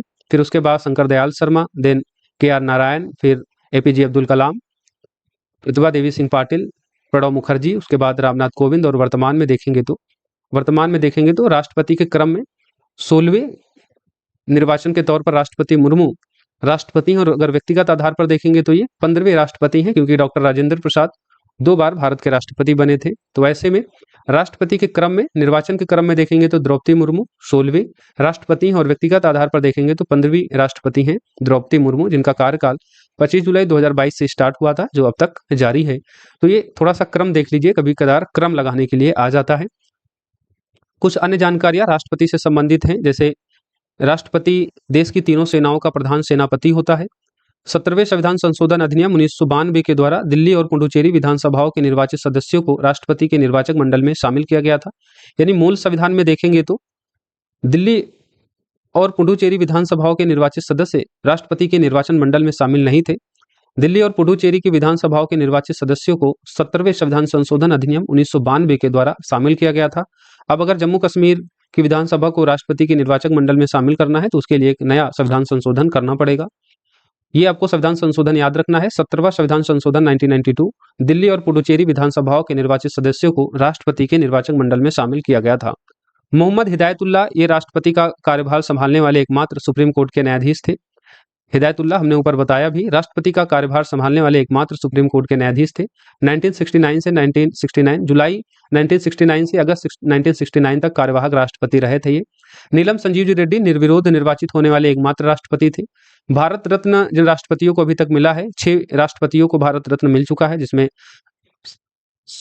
सर्वपल्ली राधाकृष्णन को 1954 में, फिर उसके बाद डॉक्टर राजेंद्र प्रसाद को 1962 में, डॉक्टर जाकिर हुसैन को 1963 में, वीवी गिरी को 1975 में और एपीजे अब्दुल कलाम को 1997 में, प्रणब मुखर्जी को 2019 में भारत रत्न से सम्मानित किया गया। तो अभी तक 6 राष्ट्रपति हैं जिन्हें भारत रत्न दिया जा चुका है, जिसमें सर्वपल्ली राधाकृष्णन, डॉक्टर राजेंद्र प्रसाद, डॉक्टर जाकिर हुसैन, वीवी गिरी, एपीजे अब्दुल कलाम और प्रणब मुखर्जी शामिल हैं। डॉक्टर राजेंद्र प्रसाद 1950 से 1962 तक राष्ट्रपति रहे, 2 बार राष्ट्रपति के लिए निर्वाचित हुए, सबसे लंबे समय तक रहने वाले राष्ट्रपति बन जाते हैं। राजेंद्र प्रसाद लगातार 2 बार राष्ट्रपति चुने जाने वाले एकमात्र व्यक्ति हैं, यानी अभी तक लगातार 2 बार किसी भी व्यक्ति को राष्ट्रपति नहीं चुना गया है। केवल डॉक्टर राजेंद्र प्रसाद ही हैं जिन्हें लगातार 2 बार राष्ट्रपति चुना गया। प्रतिभा देवी सिंह पाटिल भारत की पहली महिला राष्ट्रपति हैं, और दूसरी महिला राष्ट्रपति देखेंगे तो द्रौपदी मुर्मू हैं। द्रौपदी मुर्मू ये संथाल जनजाति से बिलोंग करती हैं, और किसी जनजाति समुदाय से राष्ट्रपति बनने वाली जो पहली राष्ट्रपति हैं और एकमात्र महिला राष्ट्रपति हैं वो हैं द्रौपदी मुर्मू। हालांकि भारत की पहली महिला राष्ट्रपति थी प्रतिभा देवी सिंह पाटिल। प्रतिभा देवी सिंह पाटिल जो भारत की पहली महिला राष्ट्रपति, और भारत की दूसरी महिला राष्ट्रपति हो जाती हैं द्रौपदी मुर्मू। और किसी जनजातीय समुदाय से राष्ट्रपति पद पर आसीन होने वाली महिला राष्ट्रपति हैं ये द्रौपदी मुर्मू। ओवरऑल भी जनजातीय समुदाय से बनने वाली राष्ट्रपति द्रौपदी मुर्मू ही हैं। द्रौपदी मुर्मू भारत की पहली महिला आदिवासी राष्ट्रपति हैं, आज़ादी के बाद पैदा होने वाली पहली और सबसे कम उम्र की राष्ट्रपति हैं। तो ये भी फैक्ट आपको याद रखना है, आज़ादी के बाद जन्म लेने वाली ये पहली और सबसे कम उम्र की राष्ट्रपति हैं द्रौपदी मुर्मू। राष्ट्रपति के संबंध में अन्य कुछ फैक्चुअल इंफॉर्मेशन देख लेते हैं, जैसे राष्ट्रपति संसद सदस्यों की अयोग्यता का निर्णय चुनाव आयोग के सलाह पर करता है। राष्ट्रपति संसद सदस्यों की अयोग्यता का निर्णय चुनाव आयोग की सलाह पर करता है। दल बदल के आधार पर संसद की अयोग्यता का निर्णय लोकसभा अध्यक्ष और राज्यसभा में राज्यसभा का सभापति करता है। और अगर आपसे लाभ के पद के संबंध में पूछ लिया जाए, लाभ के पद के आधार पर सांसदों की अयोग्यता का निर्णय कौन लेता है, तो राष्ट्रपति लेता है सांसदों के। जैसे आर्टिकल 102 के तहत लाभ के पद के आधार पर लोकसभा के सदस्यों की अयोग्यता का निर्णय लेता है राष्ट्रपति, और उसी तरह आर्टिकल 191 के आधार पर राज्य की विधानसभाओं के सदस्यों की अयोग्यता का निर्णय लाभ के आधार पर राष्ट्रपति के द्वारा ही किया जाता है। तो आर्टिकल 102 और आर्टिकल 191 में लाभ के पद का उल्लेख है, जैसा कि हमने ऊपर बताया था, और लाभ के पद के आधार पर किसी सांसद की अयोग्यता का निर्णय राष्ट्रपति के द्वारा लिया जाता है। राष्ट्रपति उपराष्ट्रपति का जो पद होता है वो लाभ का पद नहीं माना जाता है। हमने ऊपर भी बताया था कि राष्ट्रपति की क्वालिफिकेशन में एक ये भी शामिल था कि केंद्र, राज्य या स्थानीय सरकार किसी भी स्तर पर वो व्यक्ति लाभ के पद पर नहीं होना चाहिए। लाभ का पद मतलब ऐसे पद पर कोई व्यक्ति है जिससे सरकार के द्वारा उसको किसी भी तरीके का फायदा मिल रहा है तो उसे लाभ का पद माना जाता है। और यदि कोई व्यक्ति लाभ के पद पर आसीन है तो उसे राष्ट्रपति पद के लिए क्वालिफाई नहीं माना जाता है। तो राष्ट्रपति उपराष्ट्रपति का पद लाभ का पद नहीं होता है। राष्ट्रपति के प्रसाद पर्यंत पद धारण करने वाले अधिकारी संघ के मंत्री, राज्यपाल, महान्यायवादी होते हैं। राष्ट्रपति के प्रसाद पर्यंत पद धारण करने वाले कौन से अधिकारी होते हैं? एक तो संघ के मंत्री, राज्यपाल और महान्यायवादी, ये सब राष्ट्रपति के प्रसाद पर्यंत पद धारण करते हैं। राष्ट्रपति की विवेकाधीन शक्ति देखते हैं। यद्यपि राष्ट्रपति के पास कोई संवैधानिक विवेकाधीन शक्ति नहीं है, वो मंत्रिपरिषद की सलाह पर कार्य करता है, परंतु कुछ ऐसी परिस्थितियां होती हैं जहां पर उसे अपने विवेक से निर्णय लेने होते हैं। अब कुछ हम यहाँ पर वे परिस्थितियां देख रहे हैं जहां पर बिना मंत्रिमंडल, बिना मंत्रिपरिषद की सलाह पर वो कार्य करता है। जैसे लोकसभा में किसी भी दल के पास स्पष्ट बहुमत न होने पर, अथवा जब प्रधानमंत्री की अचानक मृत्यु हो जाए और उसका कोई स्पष्ट उत्तराधिकारी न हो, तो वह अपने विवेक के आधार पर प्रधानमंत्री की नियुक्ति कर सकता है। वह मंत्रिमंडल को विघटित कर सकता है। वह सदन में विश्वास मत सिद्ध न कर सके जब मंत्रिपरिषद लोकसभा के सदन में विश्वास मत प्राप्त नहीं कर पाता है, अपना विश्वास मत खो देता है। ऐसी स्थिति में राष्ट्रपति के द्वारा मंत्रिपरिषद को विघटित किया जाता है और ये उसके पास विवेकाधीन स्वतंत्रता होती है। वह लोकसभा को विघटित कर सकता है यदि मंत्रिमंडल ने अपना बहुमत खो दिया है, तब ऐसी स्थिति में, राइट। यदि बहुमत खो दिया है, निचले सदन में विश्वास मत सिद्ध नहीं कर सका है, ऐसी स्थिति में मंत्रिपरिषद को या मंत्रिमंडल को राष्ट्रपति के द्वारा विघटित किया जा सकता है। अच्छा, एक आपको और फैक्ट याद रखना है कि मंत्रिमंडल का उल्लेख केवल संविधान के अनुच्छेद 352 में किया गया है। अनुच्छेद 352 मंत्रिमंडल शब्द की व्याख्या करता है, जिसमें प्रधानमंत्री एवं अन्य मंत्रिमंडल स्तर के मंत्रियों की परिषद होती है। बाकी अन्य जगह आपको मंत्रिपरिषद शब्द का उल्लेख मिलता है, मंत्रिमंडल का नहीं। मंत्रिमंडल शब्द का उल्लेख केवल आपको अनुच्छेद 352 में मिलता है। अनुच्छेद 352 में मिलता है, जिसकी लिखित सलाह पर राष्ट्रपति राष्ट्रीय आपातकाल की उद्घोषणा करता है। मंत्रिमंडल शब्द जो है बेसिकली प्रधानमंत्री और अन्य मंत्रिमंडल स्तर के मंत्रियों की परिषद होती है। और वास्तविक शक्ति आप देखते हैं तो इसी मंत्रिमंडल के पास होती है, जिसका प्रधान होता है प्रधानमंत्री, राइट। संसद सदस्यों के मनोनयन से संबंधित देख लीजिए, राष्ट्रपति के पास जो शक्ति होती है। अनुच्छेद 331 के तहत लोकसभा में 2 एंग्लो इंडियन को नामांकित कर सकता था, हालांकि ये प्रावधान अब समाप्त कर दिया गया है। 104वें संविधान संशोधन अधिनियम के द्वारा लोकसभा में 2 एंग्लो इंडियन को नामांकित करने के प्रावधान को समाप्त कर दिया गया है। अनुच्छेद 80 की क्लॉज 3, राज्यसभा में 12 व्यक्ति कला, साहित्य, पत्रकारिता, विज्ञान, सामाजिक कार्यों के अनुभव पर जो है राष्ट्रपति के द्वारा उनका मनोनयन किया जाता है। अनुच्छेद 80 की क्लॉज 3 के तहत राष्ट्रपति के द्वारा राज्यसभा में 12 व्यक्तियों को मनोनीत किया जाता है कला, साहित्य, पत्रकारिता, विज्ञान और सामाजिक कार्यों के अनुभव के आधार पर। तो ये राष्ट्रपति से संबंधित सभी प्रावधानों को हमने एक एक करके पढ़ लिया है। अब राष्ट्रपति से किसी भी तरीके का क्वेश्चन आपके एग्जाम में पूछा जाए, अब आपका गलत नहीं होना चाहिए, बशर्ते आप इस क्लास को अगर अच्छे से अटेंड किए होंगे। इसमें कई हमने एडिशनल इन्फॉर्मेशन बताई हैं जो इस नोट में नोट डाउन नहीं है, समझाने वाली थी, कंसेप्चुअल है, तो आपको इस क्लास को अच्छे से सुनना होगा और इंपॉर्टेंट बातों को जो है नोट डाउन करना होगा। क्लास लंबी हो रही है, इसलिए उपराष्ट्रपति के बारे में और अन्य टॉपिक पर हम नेक्स्ट क्लास में चर्चा करेंगे। जब तक आप लोग पढ़िए, जहां वहां सुरक्षित रहिए, अपना ख्याल रखिए। धन्यवाद। जय हिंद।